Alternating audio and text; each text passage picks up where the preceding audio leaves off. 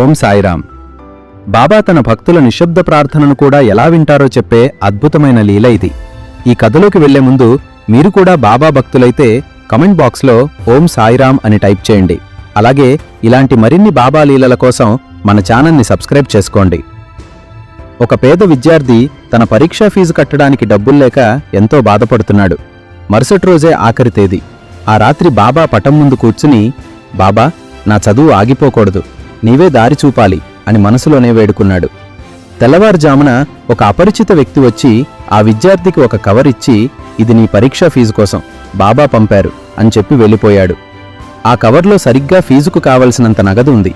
ఆశ్చర్యపోయిన ఆ విద్యార్థి ఆ వ్యక్తి కోసం వెతికినా ఎక్కడా కనిపించలేదు. తర్వాత బాబా గుడికి వెళ్ళినప్పుడు అక్కడ పటంలోని బాబా రూపం, ఆ కవరిచ్చిన వ్యక్తి రూపం ఒకేలా ఉండడం చూసి అతను నివ్వెరపోయాడు. తన చదువు కోసం స్వయంగా బాబానే వచ్చారని గ్రహించి ఆ విద్యార్థి కన్నీళ్లతో నమస్కరించుకున్నాడు.